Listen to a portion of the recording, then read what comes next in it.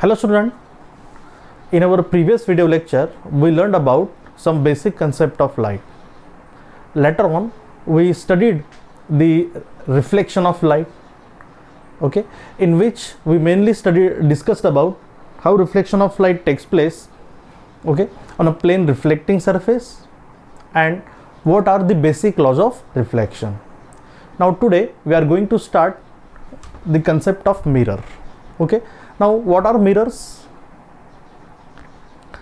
Okay, mirrors are the glass surface whose either side is silver polished so that the another side becomes reflecting. Such glass surface is actually called mirror. Okay, why the either side of glass surface is silver polished in a mirror?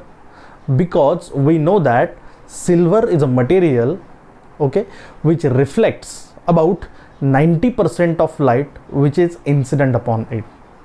Therefore, whenever a ray of light will incident on the reflecting surface of mirror, okay, it will reflects that light or it will bounce back that light in a same medium. Okay, such glass surface is actually called mirror. Now let us define the mirror. Okay, mirror is actually a glass surface whose one side is silver polished so that another side becomes reflecting. Okay, such glass surface is called mirror. Got it? Okay, this is how we define a mirror. Now how the mirrors are represented? Now let us discuss about the representation. Now student, if we take a simple glass surface XY, okay, such that its lower side is considered to be silver polish. Now to represent the silver polish surface of mirror, we use such dotted lines. Okay,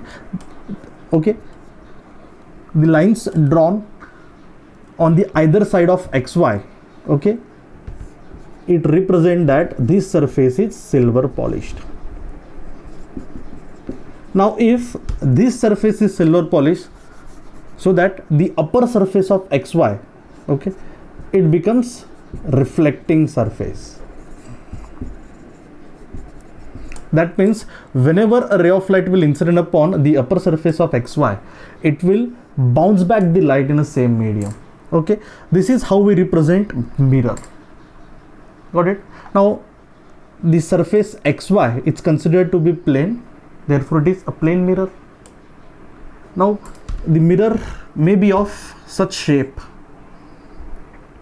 If we again have such spherical glass surface XY, okay, and if we silver polish its inner side so that its outer side becomes reflecting, this is also how we represent the mirror.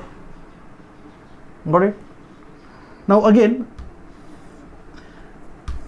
if we take same glass surface XY, but now if the outer side of XY is silver polished so that its inner side becomes reflecting, this is also a type of mirror. This is also a type of mirror. This is also a mirror. Got it? This is how we represent mirror. Now to represent any mirror, okay, we need to show the silver polished surface so that we identify which is the reflecting surface. Got it? The surface, okay, on either side of silver polished surface is reflecting. This is silver polish and this is reflecting surface. This is silver polish, this is reflecting surface. This is silver polish, lower silver polish, so that upper surface is reflecting. Okay, this is how we represent the mirrors. Got it? Now student, let us understand the classification of mirrors. Now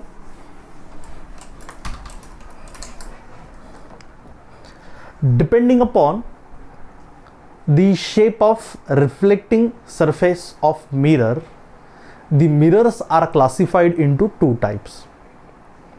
Okay, if the reflecting surface of mirror is plane, okay, such mirror are called as plane mirrors. Got it?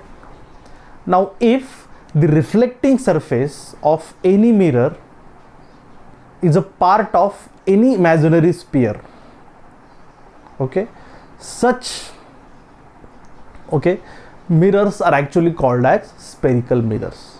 Now let us discuss the classification or types of mirror.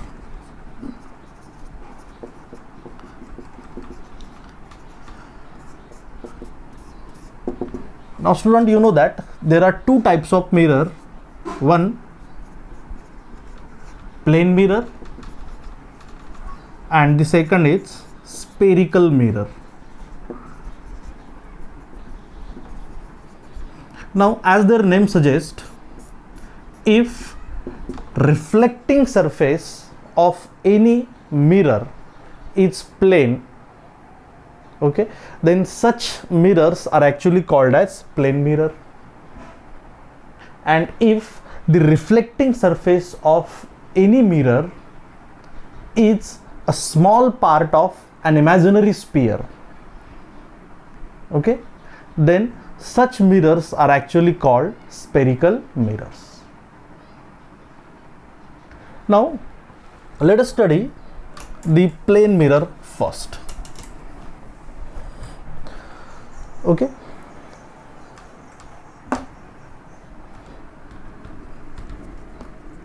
if reflecting surface is plane, then that mirror is called plane mirror.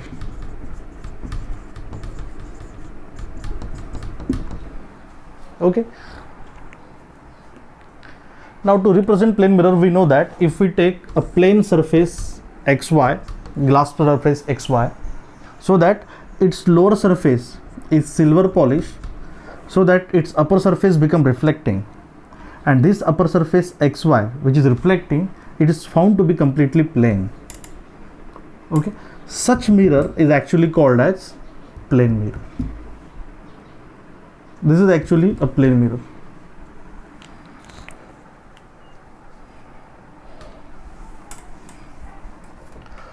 We know that the mirror which is fixed at our dressing table is actually a plane mirror. Now let us study how the images are formed in a plane mirror.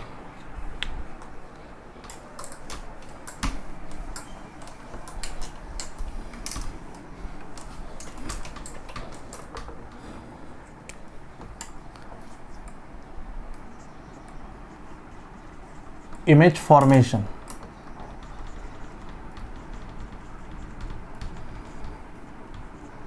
By plane mirror.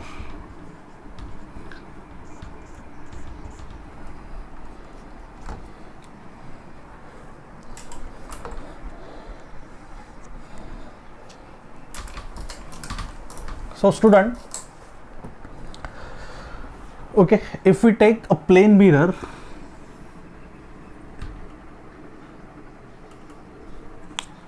placed in a vertical plane like this, and if it's either side, let us consider it as xy, its either side is considered to be silver polish,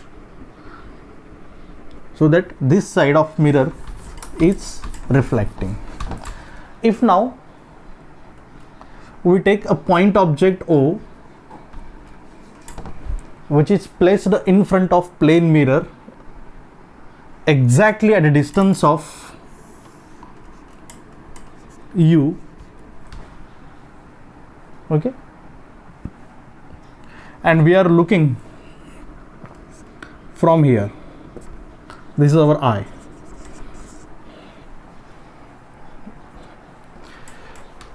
Now for this observer, what will be the position of image formed by this plane mirror of a given object? Got it? Now the distance of object is considered to be u. Now to find out the position of image formed by this plane mirror, we need to draw the rays of light which are reflected by this point object towards the plane mirror. We know that, okay, whenever light is incident upon such objects, okay, these objects will reflect that light in all direction. Out of the total rays, okay, scattered by this point object O, okay, we draw only two rays, out of which the first ray, which is incident on a plane mirror normally like this, and the other ray emitted by this point object is considered to be this. These are the two reference rays emitted by this point object towards the plane mirror, and it is incident on the plane reflecting surface of the given mirror. Got it? Like this. Now for this, we know that the first ray, which is incident on a plane mirror along normally, okay, it will retrace its original path but exactly in opposite direction after reflection, okay, as it incident at a given point, okay, the same ray of light will bounce back on a same direction. That means it will retrace its original path, okay, but in exactly opposite direction. Therefore after reflection, the ray will retrace its original path along the same direction like this. It will go like this and reflects along the same path like this. Got it? Now what about this ray of light? Now this ray of light will incident at any point of the given plane mirror like this. Now we need to find what is the angle of incidence for this ray of light. We already studied how to find out the angle of incidence, okay. Now we need to draw a normal to plane reflecting surface from point of incidence. Therefore we need to draw normal from this point. This dotted line represent that this is the normal drawn from this point of incidence. An angle made by this incident ray with this normal line, okay, gives us what? The angle of incidence. Now according to law of reflection, angle of reflection will be the same as the angle of incidence. Therefore this ray of light will reflect along such direction that the angle of reflection will be the same as angle of incidence. Therefore look here, this ray of light after reflection travel along this path and approaches towards the eye of an observer, okay.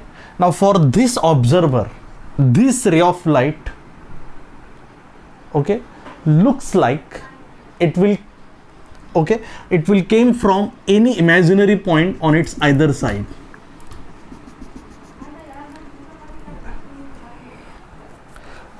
Look here, the two rays of light emitted by this point object O, when incident upon plane mirror, they will travel along this path, okay. This ray of light will retrace its original path and this ray of light will reflect along this path. And for this observer, these two rays, okay, looks like they are coming from any imaginary point on either side. For this observer, the two rays, two reflected rays, looks like they are coming from this imaginary point. Therefore this will be the position of image. of a given point object. Therefore, for this observer, the image of this object is found to be produced at this point. And if we compare the distance of object and distance of image, okay, they are found to be the same. Here the distance of this image is considered to be from plane mirror is v, and for plane mirror it is found that u equals to v. That means distance of image and distance of object is same. That means plane mirror will produce image exactly at a distance, okay, which is equal to the distance of object. Distance of image and distance of object is same for plane mirror. That means for this observer, image will be formed exactly at this point, okay, at the same distance from the object. Got it? This is how the image is formed by a plane mirror. Got it? Now student, what are the nature of images here? Okay, as you know that the image formed by plane mirror is exactly at the same distance, okay, as the distance of object. Therefore the size of image is exactly equal to the size of object. Therefore it shows that, it implies that size of object is equal to again the size of image.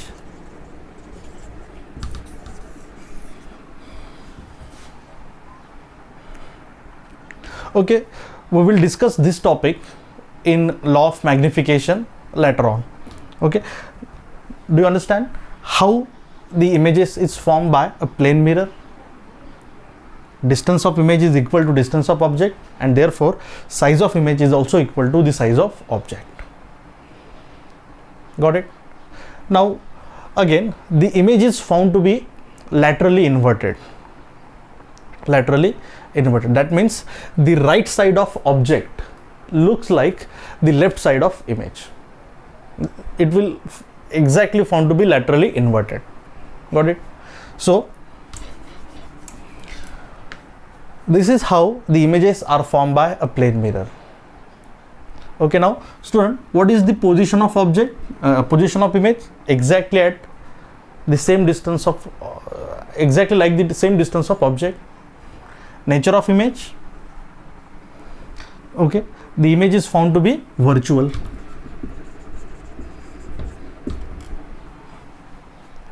Image is virtual and laterally inverted.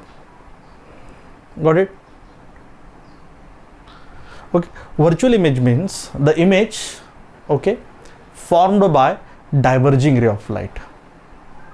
Now to produce this image, the rays reflected by these plane mirrors are found to be diverging. They are actually going away from each other. Okay, the image which will form by such diverging ray is always what? Virtual. And if the rays are converging to produce a given image, then that image is real. You know that very well. Got it? Okay, this is how the image is formed by a plane mirror.